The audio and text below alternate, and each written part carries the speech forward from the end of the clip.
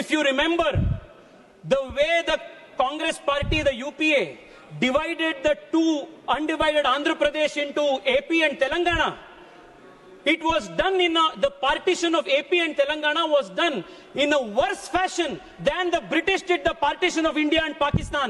This is the kind of legacy they have, Adhyaksha. ఇప్పుడు voice అయితే తెలంగాణకు, మరి తెలంగాణకు ఉన్న ప్రభుత్వం మాట్లాడకపోతే ఇంకెవరు మాట్లాడాలి?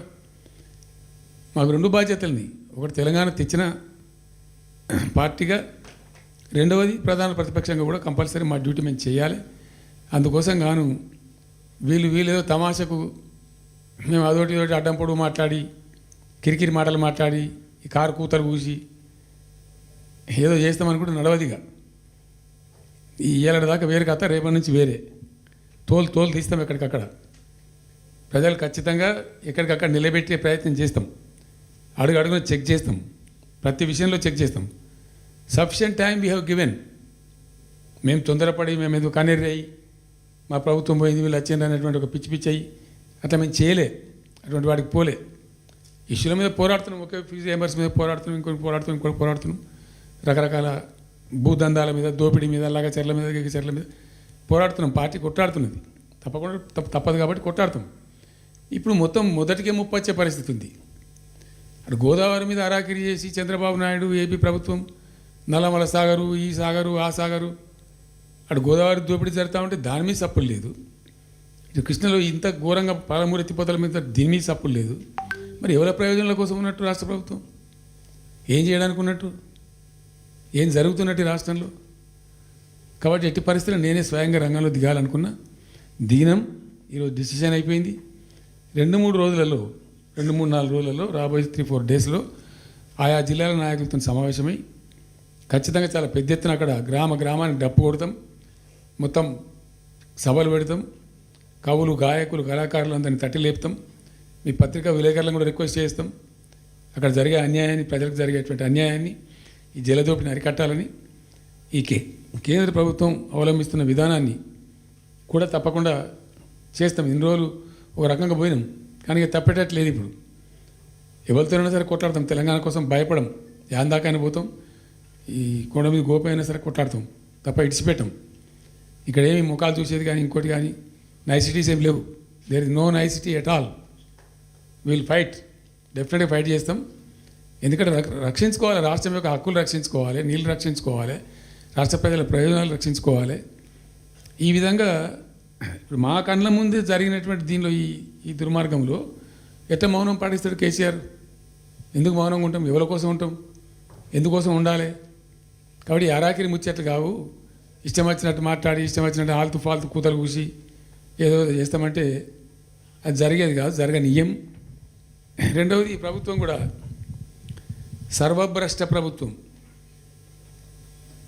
సర్వంలో భ్రష్టమైంది. మేము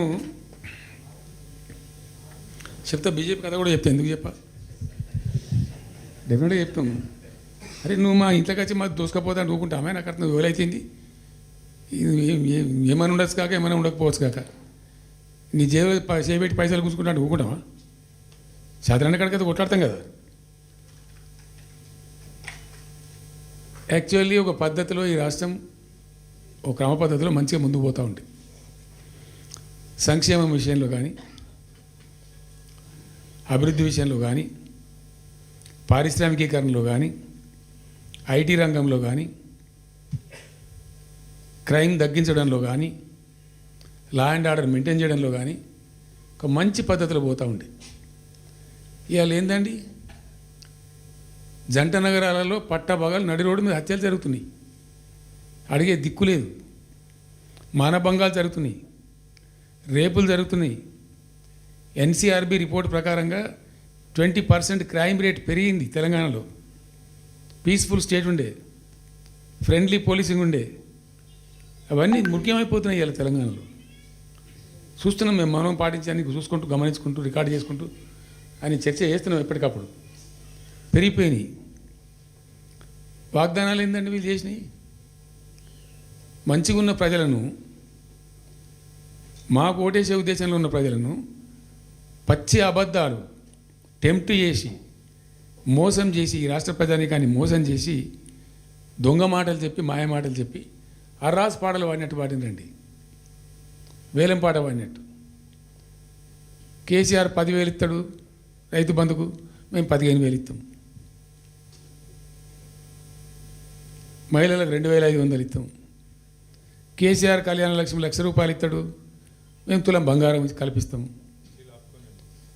మీరు పెళ్లిళ్ళు చేసుకోకుండా ఆపుండ్రి. ఇదే ప్రభుత్వం మీరు చెప్పినటువంటి మాటలు పెళ్లిళ్ళు చేసుకుంటూ ఆగిపోండి. మీరు నవంబర్లో చేసుకునే బదులు డిసెంబర్లో చేసుకుంటే తులం బంగారం కూడా వస్తుంది. ఉపన్యాసాలలో చెప్పానండి, మా ఉన్నాయి ఆ క్యాసెట్లని.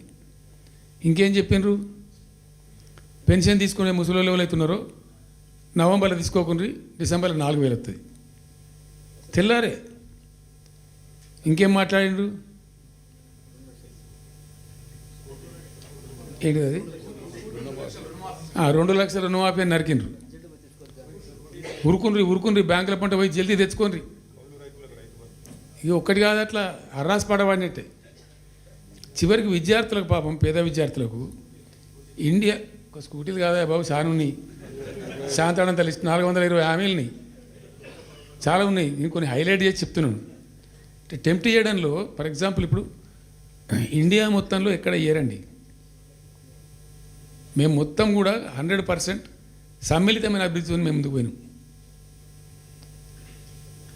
ఇట్లా ఏకపక్షంగా ఏకోన్ముఖంగా పోలే. మేము ఆల్ ఫ్రంట్స్ కవర్ చేయాలని చూసినాం.